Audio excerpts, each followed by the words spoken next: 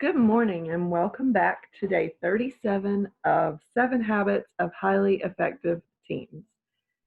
So, your homework was to practice mirroring with a family member or a friend. And I hope that you had the opportunity to do that because mirroring can be a very, very powerful technique if used properly. So, today we're going to jump right in with our next topic, and that's communicating with parents. Excuse me.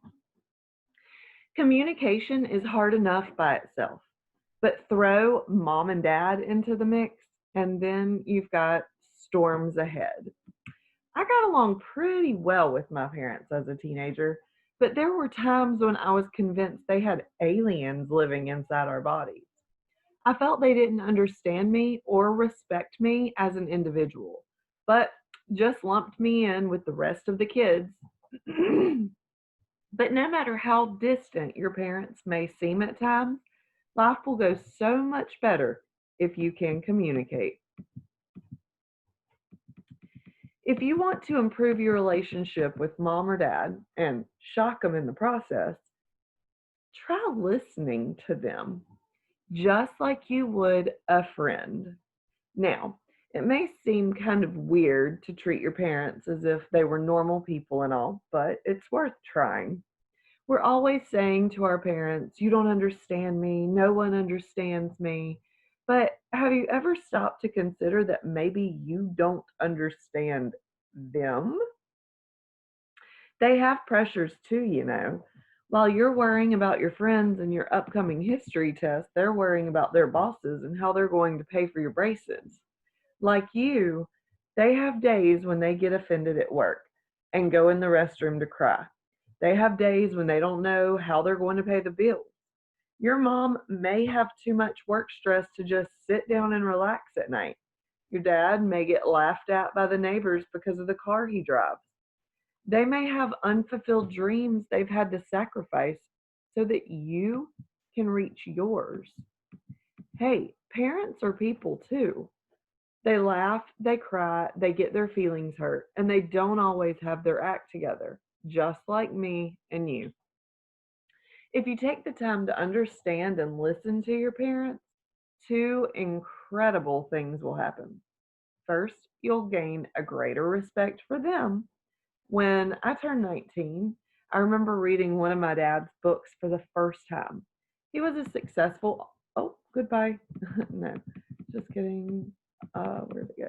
He was a successful author, and everyone had always told me how great his books were, but I'd never taken the time to even look at one until then.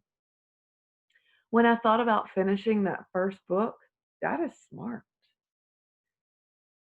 And for all those years, I was convinced that I was smarter. Second, if you take time to understand and listen to your parents, you'll get your way much more often. This isn't a manipulative trick, it's a principle. If they feel that you understand them, they'll be way more willing to listen to you. They'll be more flexible and they'll trust you more.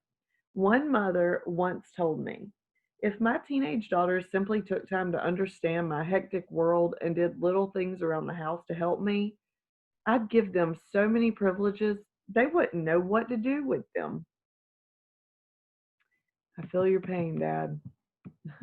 So, how can you better understand your parents? Start by asking them some questions. When's the last time you asked your mom or dad, "How was your day today?" Or, "Tell me what you like and don't like about your job."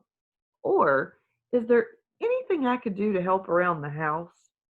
You can also begin to make small deposits into their RBA. To do that, ask yourself, what do my parents consider a deposit? Jump into their shoes and think about it from their point of view, not yours. A deposit to them might mean taking out their recycling without being asked, or keeping a commitment to be home on time. Or if you're living away from home, just simply calling them on the weekends. Okay, so that's it today.